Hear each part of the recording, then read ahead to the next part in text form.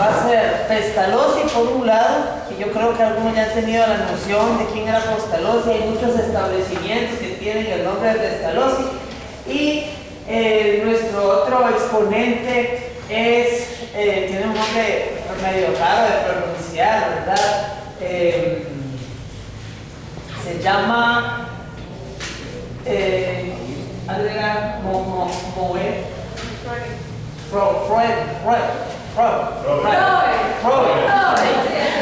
Así que vamos a ver estos dos exponentes. Para comenzar, vamos a dar inicio con estos videitos muy sencillos, muy cortitos, pero que tienen mucha significancia, ¿sí? El primero va a ser algo muy significativo, y yo me imagino que en muchas ocasiones algunos de ustedes se pueden colocar pues, en esta situación. Así que antes de que aparezca en pantalla, te voy a dar el clic.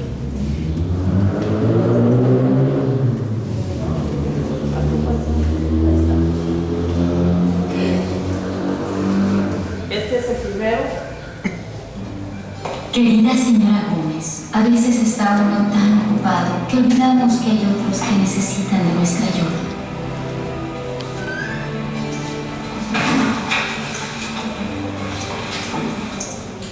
Practiquemos tu lectura, ¿sí? Tú puedes ver, el operador les dijo que están hasta los sus todo. Muy bien, Miguel, gracias. Vanessa, ¿sigues tú? En la costa podemos aprender acerca de las olas por los tesoros que existen. Estoy tan orgullosa. Mamá, Al tomarse el tiempo para enseñarle a leer a mi hija, se convierte en su héroe. Tiene miedo. Marca la diferencia. Pásala. Un mensaje de fe. Interesante esta situación si lo miramos así desde el punto de vista motivacional. Váyanse llevando esta idea de docente que personaliza bastante la educación, que se toma su tiempo para estar con esta chiquilla que tenía problemas de lectura, pero que no le dijo, a ver, mientras tú estás ahí sentadita leyendo, yo voy a estar jugando con mi celular, sino que definitivamente su atención la coloca en el plano de tratar de sacar adelante a esta chiquilla. Pero vamos a ver otro videito motivacional. Este ocurrió en Egipto, no, en España. Esto que vamos a ver está en España, y espero que...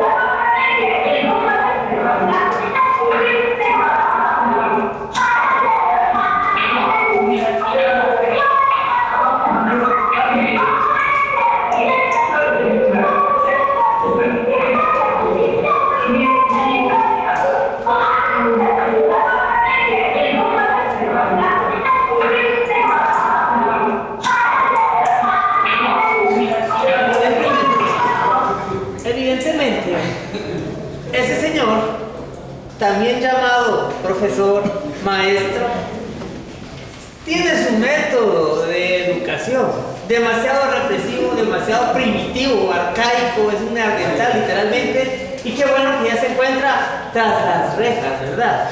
Pero vayamos haciendo esa comparación del docente que vimos en primera instancia y del docente que vimos en segunda instancia. Pero vamos a orientar esto ahora a otro tipo de docentes que se manifiestan de distintas maneras, y que vayamos sacando conclusiones para ver si ustedes han tenido profesores de ese tipo, o dentro de los mismos establecimientos donde labora se encuentran con profesores de ese tipo. Y es que uno a veces observa, pero calla por algún tipo de miedo, etcétera, etcétera. Entonces, veamos. Esto ocurrió en un día del maestro, por supuesto. Hoy recordamos el Día del Docente, pero hay quienes no tienen la vocación, simplemente no se les puede llamar maestros. No hay palabras que describan estas imágenes, gritos que erizan la piel, llantos que estremecen y golpes que indignan. Esto fue grabado dentro de una escuela en Egipto a cámara escondida. Una trabajadora social captó el calvario que diariamente vivían estos niños, formados en el cambio, recibían un golpe con una vara, de acuerdo a los errores que tuvieran. Trasladémonos a Houston, Estados Unidos, donde un alumno con su celular grabó cuando uno de sus compañeros era agredido por su maestra con patadas, golpes y malas palabras. Esta es la manera en que ella corregía a sus alumnos. Pero México no se queda. Esto ocurrió en una guardería de Tijuana, la Hacienda. Esta es la duda. Los gritos de una maestra que está más que enojada. Niños que viven el miedo en carne propia. Pero gracias a las grabaciones se pudo denunciar a estos maestros. Ellos están siendo procesados ante la ley. Pero videos como estos abundan en la red cibernética. Se dice que cada maestro deja una enseñanza en la vida de sus alumnos, pero hay quienes, desgraciadamente, solo dejan una huella de dolor difícil de olvidar. Con información de Amanda Lanís, Azteca Noticias. Bien, estamos hablando de esta palabrita, ¿verdad? Hay maestros que dejan huella como tal. Ok. ¿Qué pasa entonces? Esto ha ocurrido en mucho tiempo y lamentablemente sigue ocurriendo hoy en día. Y qué bonito es que realmente a lo largo del tiempo y de la historia existiesen personas que se preocuparan precisamente de estas realidades que lamentablemente todavía se manifiestan hoy en día. Este va a ser el caso de estos dos exponentes, ¿verdad? Que forman parte de la pedagogía del idealismo. Es interesante porque esa pedagogía se viene manifestando casi a la par de la Revolución Francesa. Es más, este señor que se llama Juan Enrique Pestalozzi, porque evidentemente ya está traducido al español porque tiene un nombre medio raro, ¿verdad? Porque es suizo. Entonces, se ve influenciado por Rousseau. También tiene influencias de Rousseau. Pero vamos a entrar a hablar precisamente de quién es Pestalozzi y cuál es su aporte en la educación. Pestalozzi nace allá en Zurich, allá por el año de 1746. Ahí nació este señor, este exponente. Era nieto de un pastor protestante y era muy espiritual, pero también era hijo de un médico cirujano muy ilustre. ¿Qué ocurrió? Que él perdió a los 5 años a su papá. Cuando perdió a su papá, entonces él quedó en manos de su señora madre. Y esto influenció mucho su carácter. Porque ustedes saben cuáles son las características de una madre, ¿verdad? Toda una madre comprensiva, amiga, paciente, tolerante. Y eso fue lo que él empezó a adquirir ya en su personalidad como tal. No vayan a pensar que entonces era medio rarón, no, sino una persona muy comprensiva. Desde ahí comenzó él a tener esa inclinación hacia lo que más adelante se convertiría en su pedagogía como tal. Pero él logra entrar a estudiar, hizo su parte secundaria, hizo su parte primaria, secundaria, y logra estudiar en la academia superior, en la escuela superior, lo que se conocía como humanidades. Y ahí, estando en la carrera de humanidades, evidentemente empieza a tener influencia de uno de sus profesores, y cuando estaba ahí con su profesor, él le mostró la realidad en la que vivía, pero una realidad no únicamente en la educación, sino también en la política, en la sociedad, en lo religioso. Entonces él empezó a captar todas esas situaciones y se empezó a dar cuenta de que la educación todavía era muy individualista, pero no vamos a tomar el concepto de individualismo positivo como se habló con anterioridad, sino individualismo de que unos eran los que tenían acceso a la educación cuando la mayoría estaban pudriendo en la ignorancia. Entonces él se empezó a percatar de eso, y entonces viene y se muda a una granja, y en esa granja con su familia la construye una escuela en la que se dedica a enseñar a niños jóvenes. Entonces su campo está orientado mucho en la niñez, y cuando hablamos de niñez, entonces empezamos a decir que él viene a ser el padre de la escuela primaria, porque su campo era la niñez. Durante ese tiempo él escribió una de sus obras en las que empezaba ya a escribir sus ideas pedagógicas, pero fue en la segunda etapa de su vida, cuando ya estaba mucha fricción a raíz de la guerra, que él logra hacer un orfanato. el orfanato ahí era como que a 400 niños, huérfanos, víctimas de la violencia total. Y los agarran como que fueran sus hijos. Y a veces nosotros en nuestro salón de clases no podemos con 30 y él tenía 400. Y no se separaba de ellos, así. Y buscaba la manera de personificar la educación para con estos jóvenes, pero no así de una forma individual, sino más social, pero conociendo las necesidades de cada uno de ellos. Después ya escribe su obra llamada Gertrudis, cómo Gertrudis enseña a sus hijos, que es un modelo de todo lo que él vivió a lo largo de todos los años de pedagogía, ¿verdad? Y al final, pues lamentablemente se muere, por si lo queremos decir. Eso es en cuanto a la historia, pero hablemos un poquito de su pedagogía. Aquí hay una telaraña de donde hay tela para cortar, si lo miramos así. Y digamos que vamos a partir de esta idea. La educación religiosa íntima, no confesional. Era una persona muy espiritual, como bien lo dije, era hijo de un pastor protestante, pero sin embargo, él no quiso jugar a imponer sus formas de pensar, sus formas religiosas en las demás personas, le daba mucha libertad. Él respetaba, si tú profesabas la misma religión, él no venía y te imponía su religión a la comunidad de lugares, sino de una manera, él lo que se preocupaba era que esta persona saliera de la ignorancia. Por eso era un ideal que deberíamos todavía ahora considerar. Fundador de la escuela primaria. Y esto es muy importante, el fin de la educación que él tenía era lograr humanizar al hombre, humanizarlo en todas sus etapas. Es lo que nosotros vamos a llamar educación integral. Él tenía su base sobre 3 pilares, así como los salesianos teníamos los 3 pilares, verdad, fe, religión y amor. Él los tenía en 3. El primero, perdón, razón, el primer pilar en el que él se fundamentaba era precisamente en la parte intelectual, ¿sí? La parte intelectual lo proporcionaba lo que era la escuela.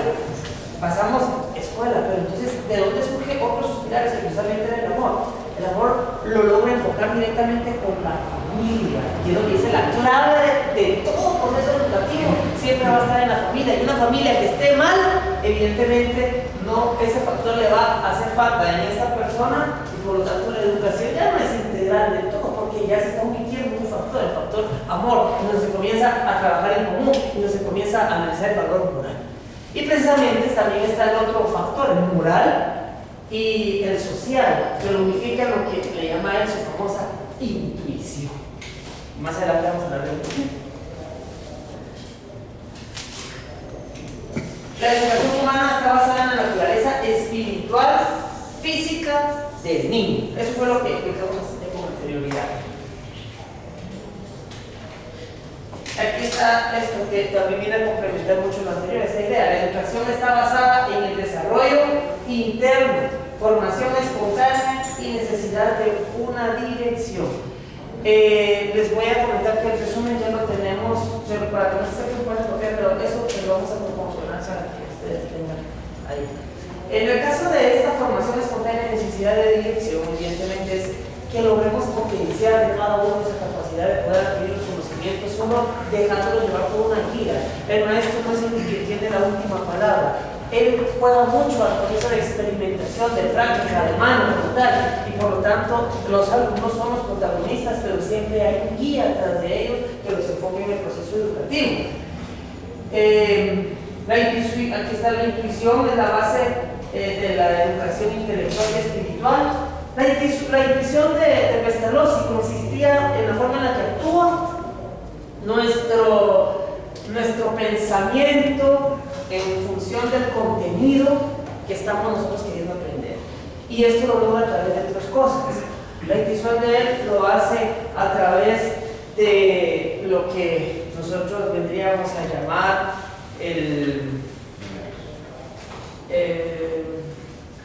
la palabra es la palabra.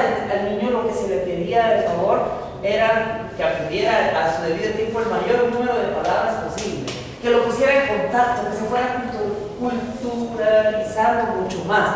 El factor de la palabra. El factor número era el otro método que incurría en el proceso de discusión en el que la pregunta clave aquí es ¿cuántos hay? Y nosotros decimos, bueno, ¿cuántos hay aquí? ¿Cuántos objetos hay aquí? Ah, bueno, aquí hay 3 objetos, perfecto, pero no simplemente se va a completar a la dimensión unitaria, son 3, sino hay un celular, hay un lapicero, y entonces eso lo permitía ir al niño relacionando más situaciones. Él lo hacía con el caso de las letras.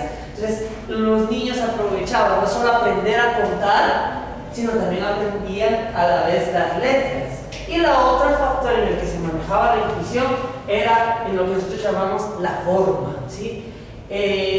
La situación de cuál es la forma, la consistencia que tienen los objetos.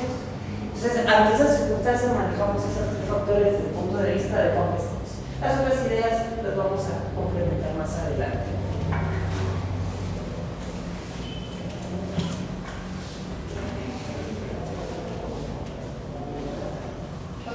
Bueno, Enrique Pestalozzi también llevaba su educación, o sea, su proceso de educación a través de la reflexión y plenitud de las capacidades humanas. Las capacidades humanas eran el espíritu, mano y corazón, que iba relacionado con la moral, la práctica y la inteligencia. También termina siendo, la educación debe partir de las circunstancias en las que se encuentra el hombre. Digamos, dándole a entender, se supone que el niño o el educando tiene una necesidad y está en esa situación. Entonces nosotros no debemos buscar que logre alcanzar algo, sino que partir desde donde él está para que la educación se lleve el proceso exacto. Y la educación profesional debe ser empleada a través de la educación general. La educación profesional se entendía como lo que sería ahora un arte industrial, ¿sí? Como la carpintería, cocina, no sé.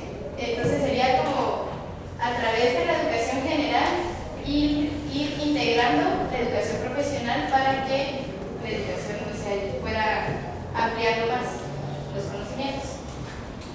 Y a partir de estas ideas empieza Augusto Freud,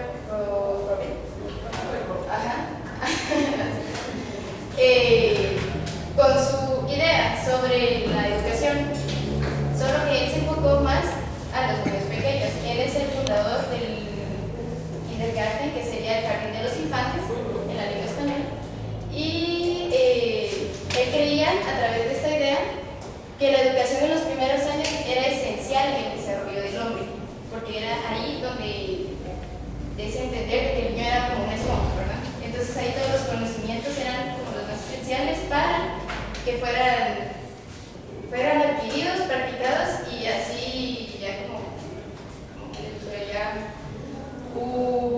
algo ya que solo fuera para reforzar cuando estuviera grande. También el plan de estudios debía estar basado en los intereses y las necesidades de cada niño, sabiendo que cada niño es diferente, que tiene diferentes necesidades y diferentes capacidades. El niño debe poseer la madurez necesaria para poder iniciar una materia nueva. Como eran pequeños, había que idear las materias de acuerdo a la edad y etapa de evolución que estaba el niño. O sea, no le íbamos a poner una geometría al niño, ¿verdad? O sea, era de ir reestructurando las materias a la edad del niño. El objetivo de la educación era extraer lo mejor de cada niño, por lo tanto no se tenía que obstaculizar el proceso del aprendizaje del niño, o sea, ir metiéndole conocimiento, sino que ir dándole las herramientas para que el niño pueda adquirir, ¿sí?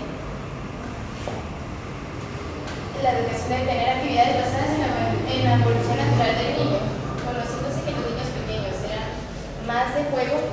Su herramienta principal era el juego, o sea, integrar el juego, las canciones a las enseñanzas.